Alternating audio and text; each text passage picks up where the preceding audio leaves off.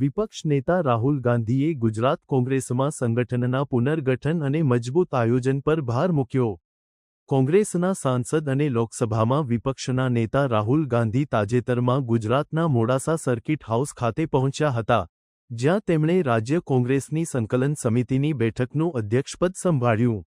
આ બેઠકમાં તેમણે સંગઠનના પુનર્ગઠન અને આગામી 2027 વિધાનસભા ચૂંટણી માટેની વ્યૂહરચના અંગે ચર્ચા કરી.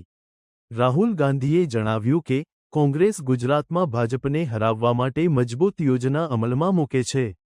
રાહુલ ગાંધીએ પાર્ટીના વિવિધ સ્તરના નેતાઓ સાથે મુલાકાત કરી, જેમાં પૂર્વ રાજ્ય પ્રમુખો, પૂર્વ વિપક્ષના નેતાઓ, જિલ્લા અને શહેર પ્રમુખો તેમજ તાલુકા અને નગરપાલિકા પ્રમુખોનો સમાવેશ થાય છે.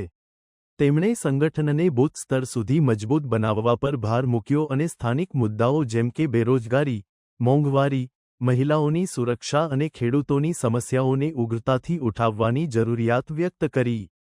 ગુજરાત કોંગ્રેસના પ્રવક્તા મનીષ દોશીએ જણાવ્યું કે રાહુલ ગાંધીના માર્ગદર્શન હેઠળ સંગઠનમાં મોટાપાયે ફેરફાર કરવામાં આવશે અને નવા હોદ્દેદારોની જવાબદારી નિર્ધારિત કરવામાં આવશે. તેમણે જણાવ્યું કે પાર્ટીનું ધ્યાન સંગઠનને મજબૂત બનાવવા અને આગામી વિધાનસભા ચૂંટણી માટે તૈયારીઓ પર કેન્દ્રિત છે. રાહુલ ગાંધીના આ પ્રવાસ દરમિયાન તેમણે પાર્ટીના કાર્યકરોને સંબોધિત કર્યું અને જણાવ્યું કે કોંગ્રેસમાં એવા લોકો છે જે પાર્ટીની વિચારધારાથી પ્રતિબદ્ધ છે અને કેટલાક એવા છે જે ભાજપ સાથે જોડાયેલા છે.